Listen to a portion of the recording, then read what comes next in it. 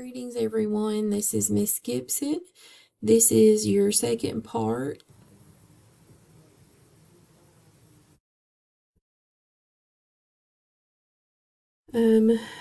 Plague is infamous for killing millions of people in Europe during the Middle Ages. Human plague in the United States occurs as mostly scattered cases in rural areas affecting 10 to 20 persons each year. Globally, the World Health Organization reports 1,000 to 3,000 cases every year. A bioterrorist release of plague could result in a rapid spread of the pneumonic form of the disease, which could have devastating consequences.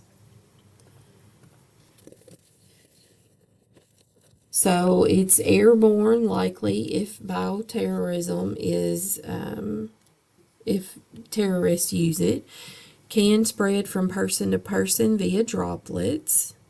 It's used in aerosol attack, could cause cases of the pneumonic form of plague. 1 to 6 days after becoming infected with the bacteria, people would develop the pneumonic plague.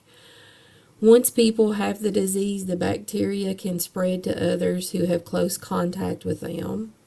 Because of the delay between being exposed to the bacteria and becoming sick, people could travel over a large area before becoming contagious and possibly infecting others.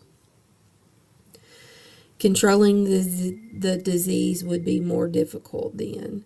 A bioweapon curing the plague is possible because the bacterium occurs in nature and could be isolated and grown in quantities in a laboratory. So they're going to have, if they have the pneumonic plague, they would have fever, headache, cough, chest pain, weakness, nausea, vomiting, bloody and watery mucus, and shortness of breath. Next is smallpox. Smallpox is an acute, contagious, and sometimes fatal disease caused by infection with a virus known as the varroa virus. Smallpox outbreaks have occurred from time to time for thousands of years, but in 1980 the disease was declared eradicated following worldwide vaccination programs.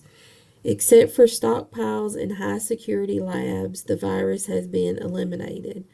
Today, there are only 2 labs in the world that are approved to have the smallpox vaccine for research: the Centers for Disease Control and Prevention in the United States and the Russian State Center for Research on Virology and Biotechnology in the Russian Federation. However, if obtained and deliberately released as a bioweapon, smallpox could cause a public health catastrophe. If a strain of the smallpox virus could be obtained, it could be manufactured easily and disseminated widely in an aerosol release. A release of smallpox could escalate to a catastrophic global epidemic unless effective control measures can be implemented quickly. Smallpox has been identified by the Centers for Disease Control and Prevention as a Category A agent, meaning it has been given high priority due to its potential threat to national security.